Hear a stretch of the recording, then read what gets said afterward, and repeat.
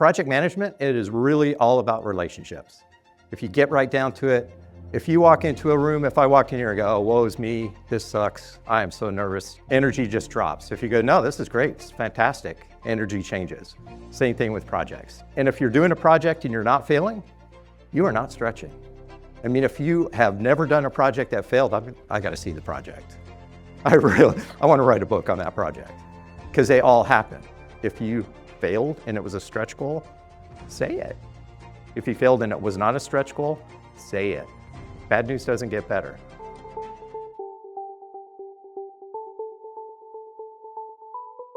So we were talking about this just for a few minutes before the Fortune 100. I'll try and leave the name out. Not that hard to figure out, trust me. But I left them last March, or this past March. And the reason was just got tired of dealing with people not accepting failure.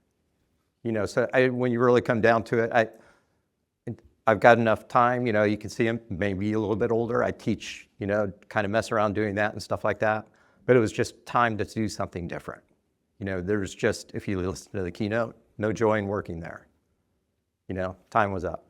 So I would encourage you to do that. The other part is project management, it is really all about relationships. If you get right down to it, if you walk into a room, if I walk in here and go, oh, woe is me, this sucks, I am so nervous, energy just drops. If you go, no, this is great, it's fantastic, energy changes. Same thing with projects. Just change how you approach that. And if you're doing a project and you're not failing, you are not stretching.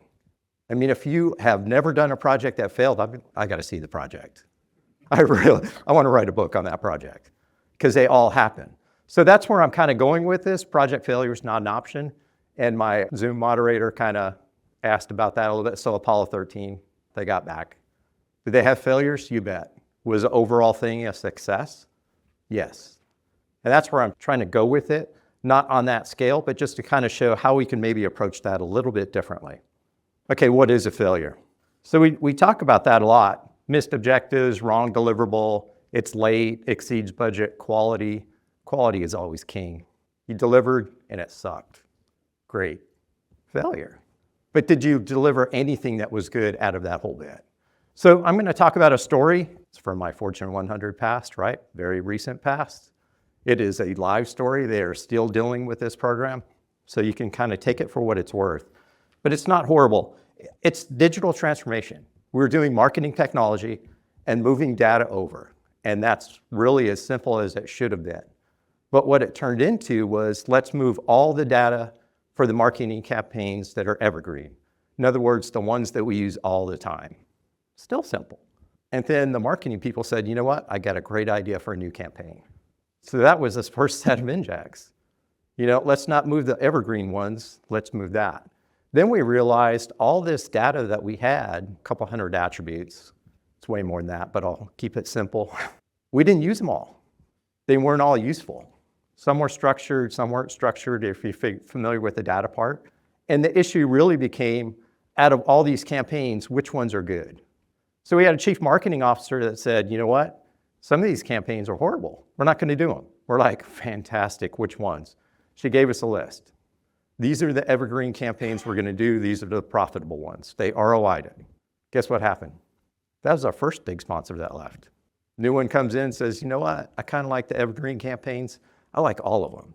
Because some of those might have been good campaigns if we tweaked them. Like you ran it in like 1988. Could you adapt it maybe? Do something different? And I could show you the marketing campaigns. You go, it took you that long to do those? Another story, right? But the point is, what we were focused on was data. I was on the business side. I'm not an IT guy. Do I play with the IT world? Absolutely. But business is all I'm doing. So I'm trying to drive ROI, market integration, market analysis, all of that. The rest of it doesn't matter to me. I don't care if you do Scrum, Kanban, whatever. Just make it work. So in that context, as we went through all of this, we spanned multiple budget years, which is horrible for development, right? So if every year I'm begging, budget year starts at about March, April, runs through, we should have our final amount in about August, September. And every year, the 4 years running, we changed it. We didn't get more, we got less. Keep scope same. It doesn't work like that. So my background, I came out of real estate construction for the government. ran projects all the time, 12 to 15 at a time. You were extremely data-driven and everything else. If it doesn't work, they'd pull your funding. So you make it work. Here we're like, no, we're going to keep the same budget. No, we're going to drop it 10%. Everybody's going to take a haircut. We're saving money. We want to fund a new project. But keep the scope the same. Like it doesn't work. Scope, time, budget, quality. Which one do you want to lose? None of them. Okay. So that was kind of our first indication we were having problems. The other part, if you play with IT very much, I say play with, if you work with them very much, architectural direction is huge. So our architect, who had been on the project for years, all of a sudden started to distance himself as he tried to get promoted. Natural. Who's my architect? Just give me one guy, one lady, just one. So instead, what we did was we have a inbound data architect, an outbound data architect, a database architect, and an overall architect. I'm still good with that. Got a nice hierarchy going. Just give me one person who's a decision maker. No, they all decide what they're going to do. Okay, we know inbound and outbound are using the same data, right? Can we have the same person? No, because they're doing the tables different. So you laughed. So if you've done much database work, the table should be like pretty much aligned. That was one of our issues, is the tables were not aligned. So we had multiple databases kind of feeding in. They all had different templates that they had done. We said, perfect. We've done this before. Companies do data across the world. We are not unique. We're not best in class in this. We don't even want to be best in class. We just want to do it well. And the issue was, we don't know what design we want yet. Can we get somebody? Because there's people that do this for a living, database stuff. Just give us a template and we'll build from there. No, inbound's going to be different than outbound. Okay? So you kind of see where the struggle starts to become. So projects, by definition, they're subjective, right? Getting some feedback on this. One of the parts is, did you receive significant results and were you pursuing a stretch goal? And that's where I'm kind of going with this failure part. If you failed and it was a stretch goal, say it. If you failed and it was not a stretch goal, say it. Bad news doesn't get better. But at the same time, what are the good things that you did? It can't be all bad. Surely you did some good. Otherwise, just close the doors and just go away. And when we do this, we had this one, the diagram didn't come out as well. Apologies for that. But it's basically doing data as the flow. So we're looking at how we're going to get it there, put it into a table, and extract it back out. And that was one of the visuals that we used. Can we just align on what this is going to look like? So when we were doing that, no, we can't align. So if you do any database work, ETL, extract, transform, load, simple, should be. Pick a path. I don't care what path you want to do. You're the developers. You tell me the path you want. I'm telling you what scale we want, and then you build it. So we talk about scale.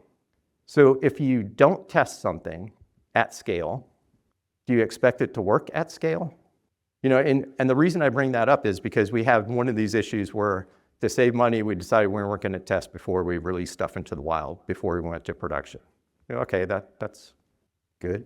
And one of the content things that we came up with was, you're testing in our sandbox for like 300 people, 300 unique people.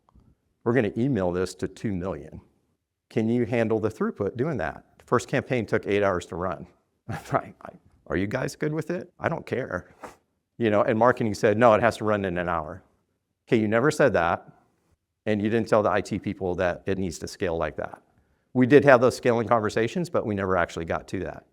All that data was clean, it worked. So that's the part of it that we played up and celebrated and said, look, we moved all of this. We did a campaign we've never done before to people that we've never done before, and we got a great return on investment.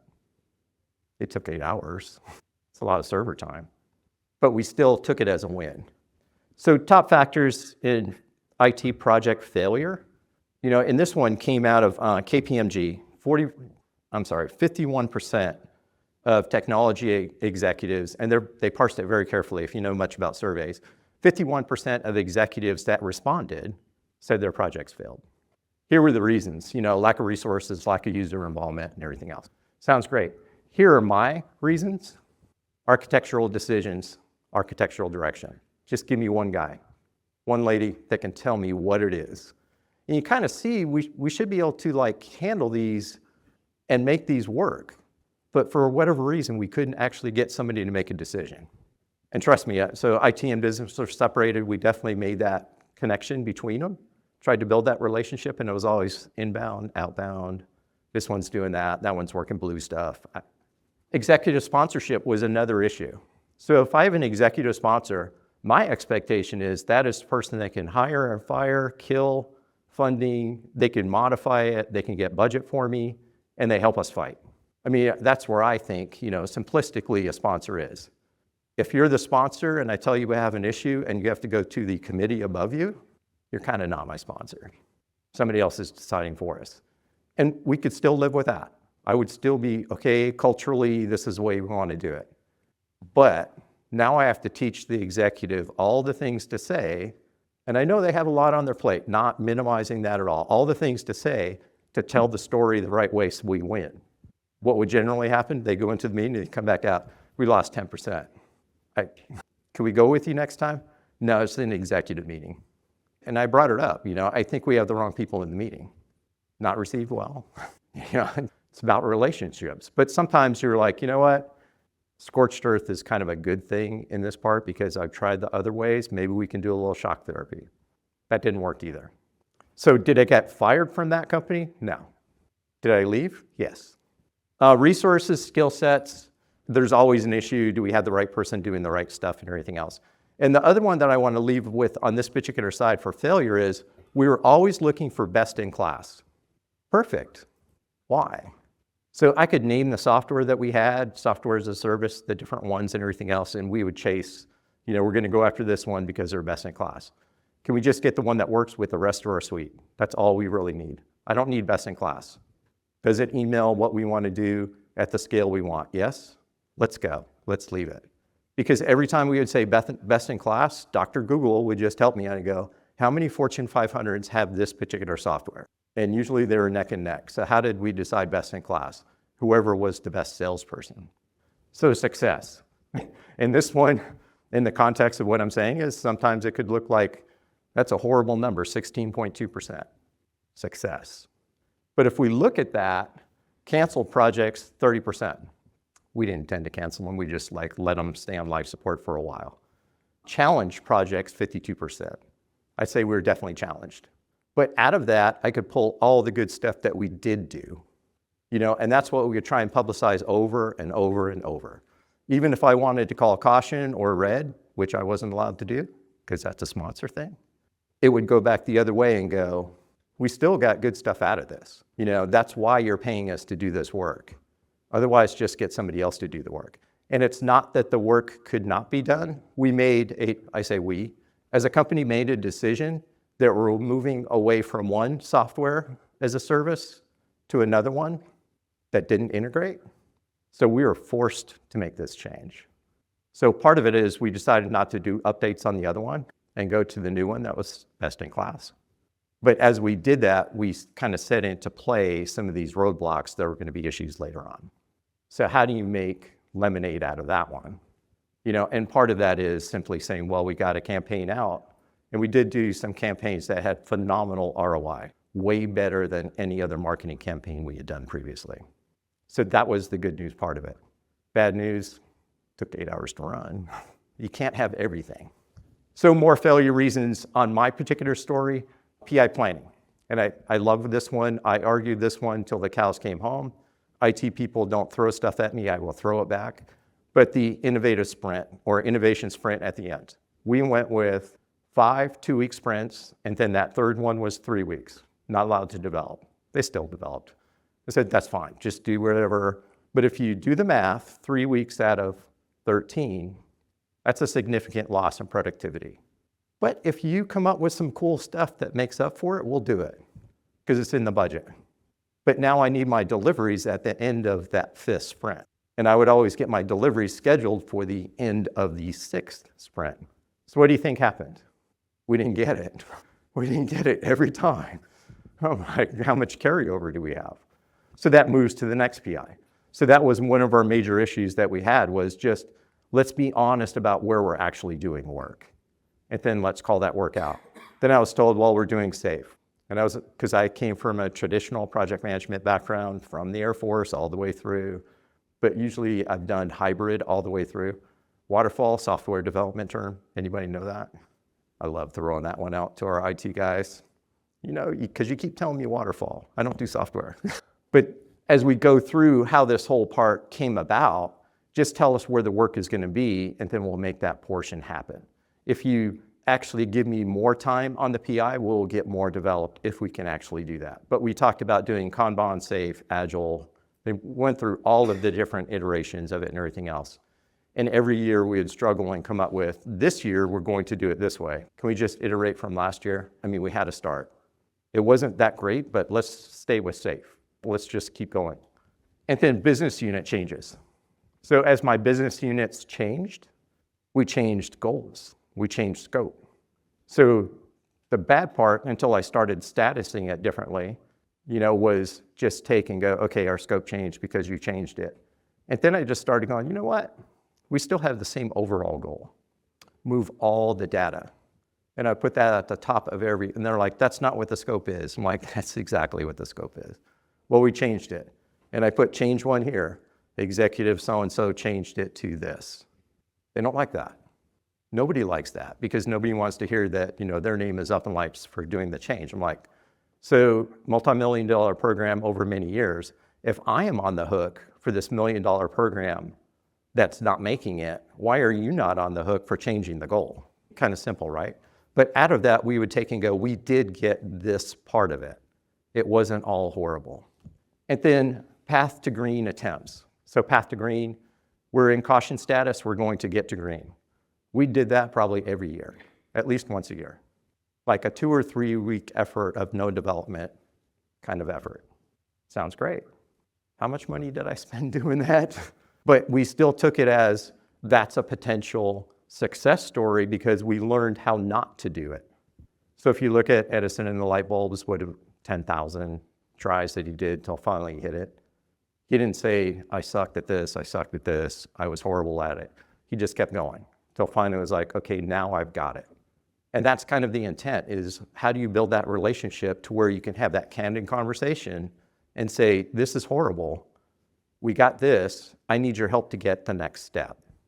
Metrics, are they an issue? And one of the things about metrics is it's always interesting. So we had, different versions. I could never get an automated dashboard. We had dashboard. Why automated? Nobody can parse the data. It comes in, it's ETL'd, it goes straight to the dashboard, and everybody could pick the link up. We don't want to do that because we want to make sure the data is good before we actually do it. So you can kind of see where that's going already. Because if it's not good, nobody wants to say it. I'm like, no, we want to say what the throughput is. We will have good things on there, success stories, but we'll also say we're at 23% of total movement accomplished. Not, no. Okay. So we tried that. We tried speeds. I tried a speedometer. Here's the percentages. Couldn't get the agreement on what yellow would actually be. Tried to parse it down. So can we call if we're like 75% of the goal and trending downwards, that's definitely caution. No. Until we miss the milestone, we're not caution. Like that defeats the purpose.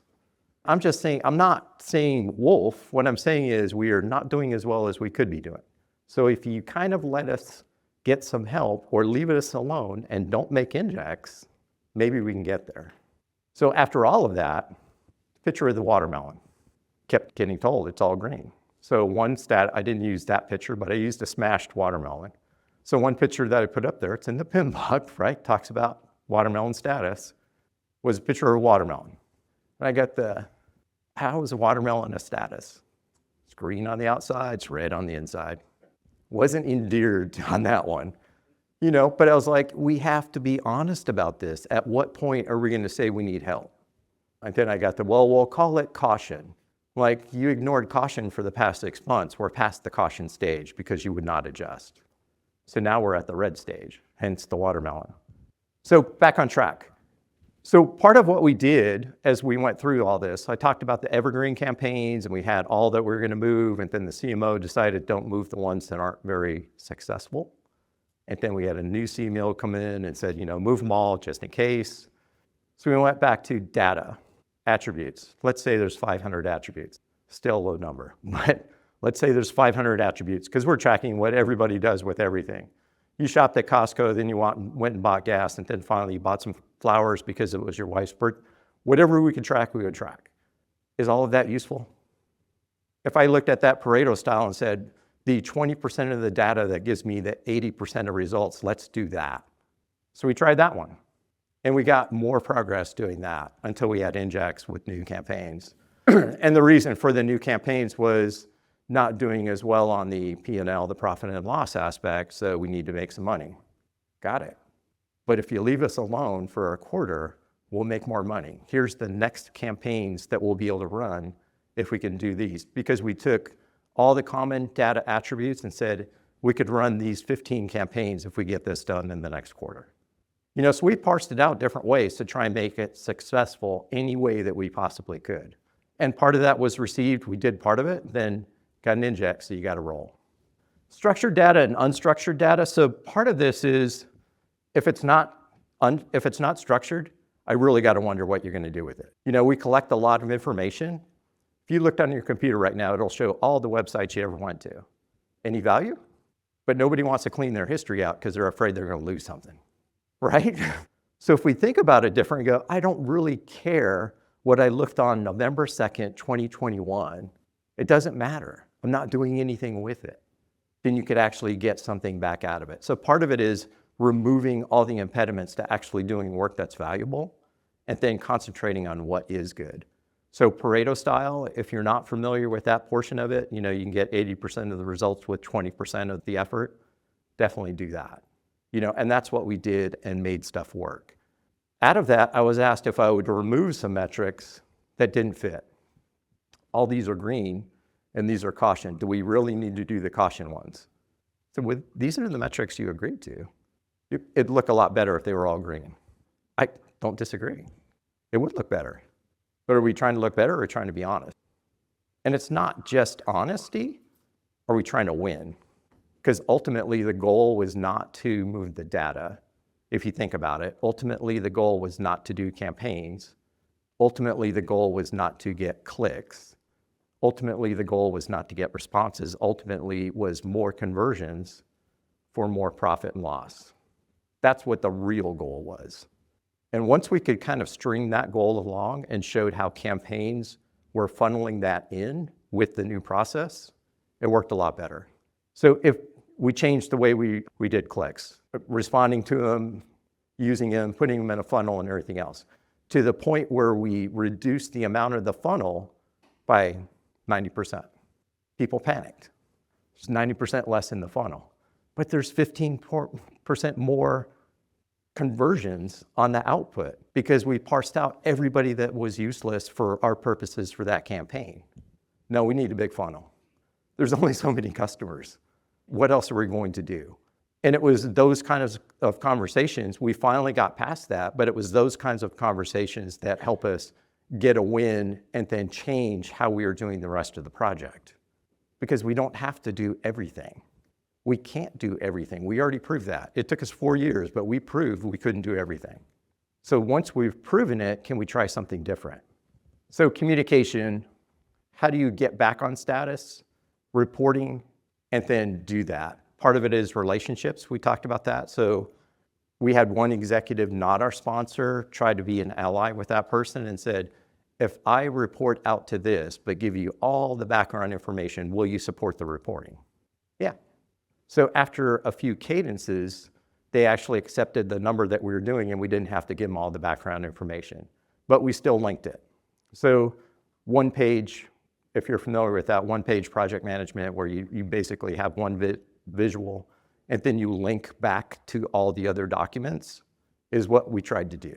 It works, but there's a trust factor. So the first time we wanted to see all the documents. Okay. And here's all the links. He's like, that's too much to go to. He said, you wanted all of them. You got all of them.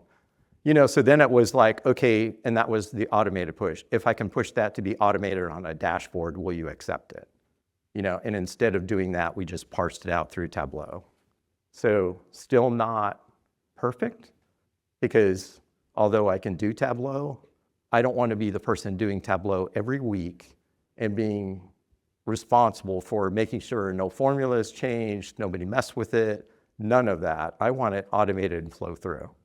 So if I could do that, we'll be back to where we want to be. Changes, injects. That was the huge part.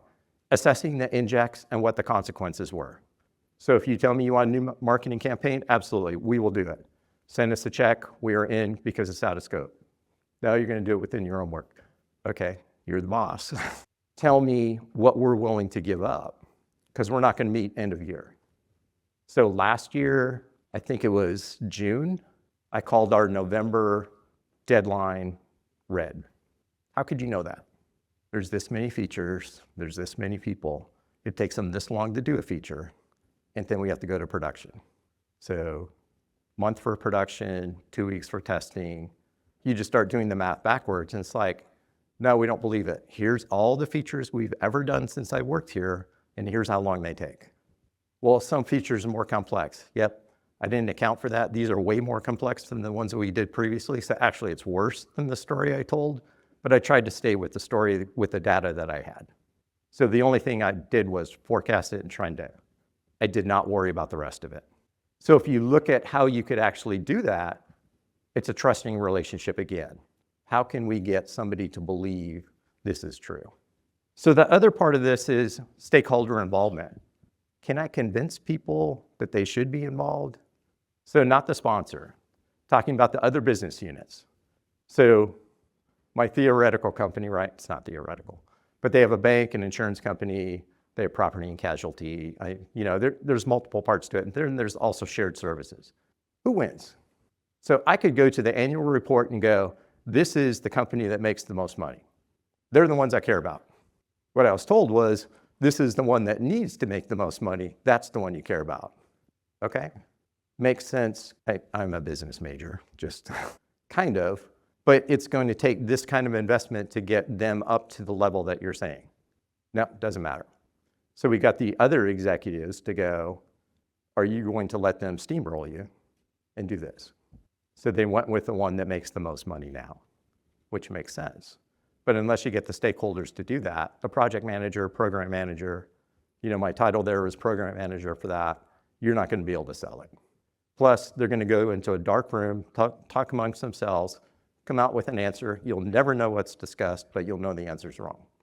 So my executives, we'll talk about that. Hey, do I sometimes sound negative about how their approaches were? You bet. But it was in the context of trying to coach them through, if we can do this, we will get there. But after so many times of hearing, no, we're going to decide because you just don't know. Okay, been in business longer than you have, but we'll go with that. Do some consulting on the side, but we'll go with your part. Sit on some boards for an insurance company doing stuff exactly like you're trying to, but we'll go with what you're saying. Everything was like, no, no, no. I'm like, how can I not be at least a little bit negative? But walking into it, I would always try and change the approach and go, today's different. Today we're going to show how we're doing great stuff. Risk management and accountability. So the bigger thing is, how can I keep my people, my executives, aware of what the risk is? Part of that was quantifying. So we would do red, yellow, green risks.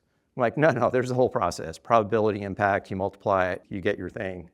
And then we prioritize them. If it's a hurricane, we care because it could destroy us. If it's, the copier blows up, we don't really care. And try and work it like that. But you have to convince them of that part. Why bring that up? Sometimes what we know as project managers, they may not be aware of. So you have to kind of break it down and go, and not the PMBOK, here's the schedule, and here's the cost performance initiative, here's all this other craziness. Just go, here's the stuff that you need to know to make a better decision for how we're going to win.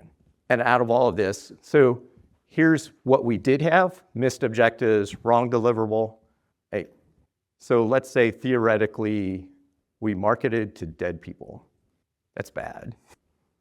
So it's not bad, the actual marketing, but as a company, it makes people question what you're doing. Like, how could you not know? So there's all these different angles to it and everything else. And the reason I bring that up is sometimes the simplest, stupid approaches are easier. I'm like, well, we have a database with a member number, and we know they're deceased. Can we put them together?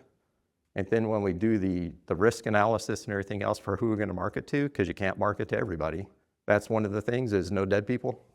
And I joke about it. We did a bunch of other crazy stuff, but that's the one that always stuck out to me. We have all this information. How could we miss that? And they tried to make it our fault. And part of this was protecting the teams. We're on the enablement side. I give you all the information and the foundation to do marketing. And it wasn't just marketing, but in this case, marketing. It's up to you to take that and do it, to execute. If you execute it poorly, that's you. Unless it's a foundational thing that we did, if you screw the rules up and everything else, the global rules for handling the data, that's you. That's your process, unless you're giving us control of that, in which case we need more money, more resources, everything else. So communicate what was delivered, what was good, why it was late. Tell that story. It's a relationship. Tell that story of why it was a good thing. So we marketed poorly in one campaign. That was a horrible failure. Now, absolutely, we figured out that the global rule setup that marketing gave us was wrong. So it was a small scale campaign, only 200,000 people. So for the large scale, we won't do that. We're set. So we're flipping it. We're saying, yeah, that one, complete failure, if you look at just that. But what did we get out of it? Because ultimately, you're going to have to do a marketing campaign where it's at scale and you don't know what's going to happen. So you try and guardrail it as much as you can. But at the end of the day, it could be an 8-hour campaign, which not good again. So winning ways. What are the clear goals that you have? Back to that data thing, that's our goal. And then we took the company strategy and said the company strategy is to make money for a particular aspect, a particular pillar. That flows right to that pillar. That's why we're doing this. So anything that we're doing on our side that could jeopardize that big company goal, we should talk about. And then impact over size. If I'm going to waste all my time on an attribute that you're going to use 2% of the time, why would I do that? If it's a campaign that's going to bring in most of our revenue for the year, let's concentrate on that. If I'm working holiday campaigns, advertising and marketing is weird, right?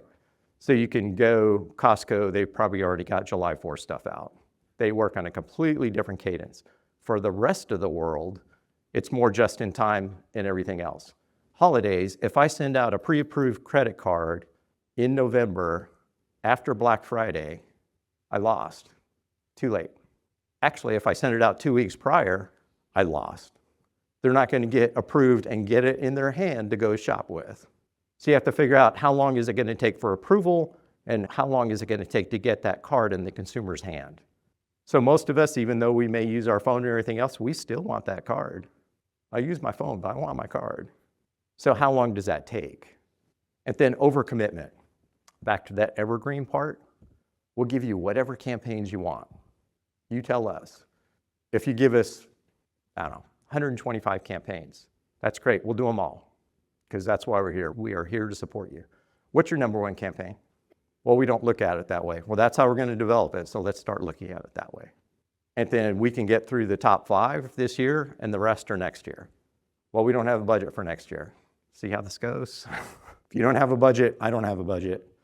And out of all of this, celebrate. So we talk about, telling the executives what the goodness is and everything else. But one thing that I haven't really touched on, which is what this slide is about, celebrate with the teams. You guys are doing great work. Because if you don't take care of the people, what happens? They leave or burnout. So with that, what questions do you guys have? Check out our website, pm.umd.edu, for incredible free professional development opportunities. There, you can find courses, events, articles, and more. And don't forget to subscribe, like, and share this video with someone who might like it, because learning grows when we make it a conversation. See you in the next one.